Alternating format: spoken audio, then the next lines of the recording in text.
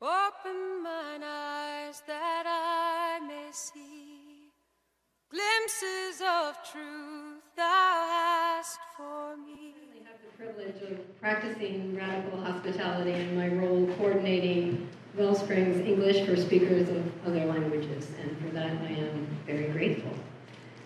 One of the terms we insisted on in our state contract was allowing Wellspring to shelter boys over age 12 with their families, which no other shelter did. Teenage boys had to go to a men's shelter. One such family came to us in the late 1990s, a Puerto Rican mother who had been chronically homeless, with a young daughter and a 16-year-old son. Carlos was full of suspicion of do-gooders, but also had a tremendous resilience, intelligence, imagination, and curiosity. We gave him his own room, a precious experience in a life of constant moving from filthy, borrowed couches or in with drug-dealing friends. While living at Wellspring, Carlos attended Gloucester High School, where Principal Joseph Sullivan mentored him. A Wellspring staff member, Rachel, also took an interest in him, as she did with many residents, asking questions and genuinely listening. She was an artsy redhead who exuded life, Carlos later remembered. We'd talk about anything from goblins to God, and she introduced me to tea with milk. She was something between a therapist and an older sister. One night, she handed Carlos a wrapped gift. It was a black hardcover journal and a pencil. Carlos began to write. That was a turning point for him. He could put down all his thoughts, unfiltered, and evaluate them.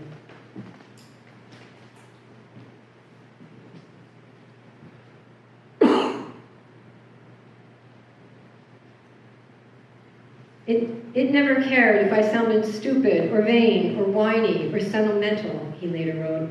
It was a barometer of my mental health, a promise my present made to my future.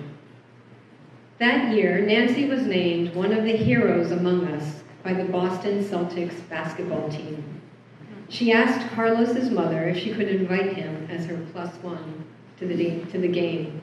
The Celtics sent a car to pick them up for the 30-mile trip into the Boston Garden Arena. Carlos could not believe he'd be seeing his heroes in person.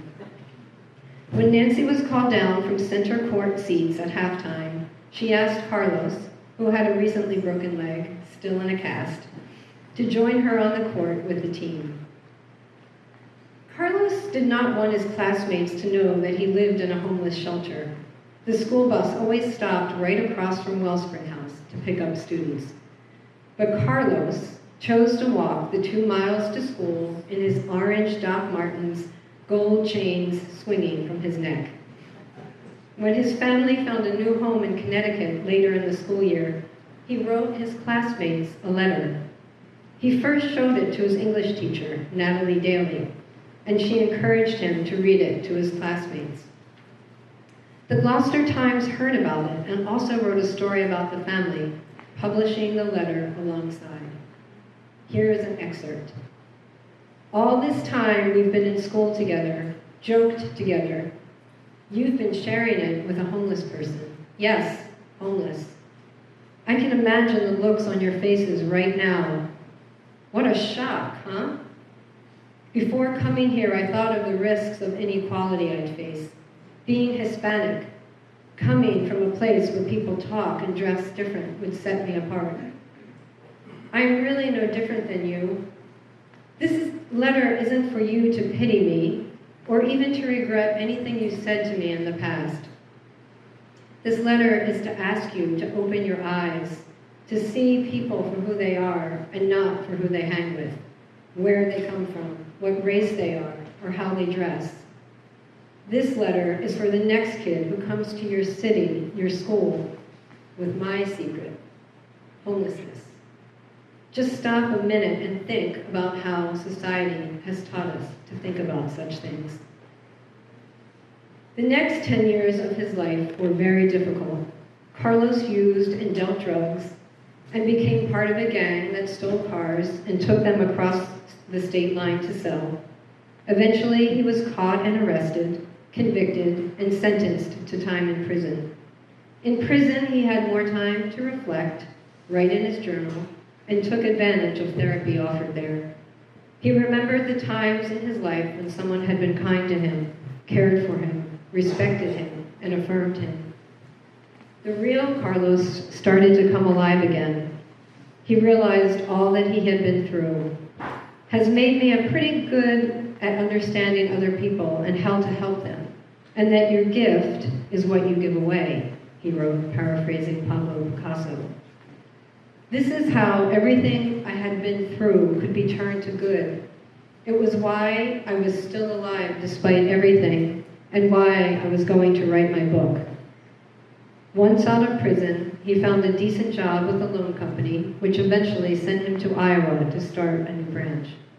He trained to be a coach and mentor for troubled men and women, and today he does public speaking and produces digital media for his own company called Ghetto to Greatness, GTG Media.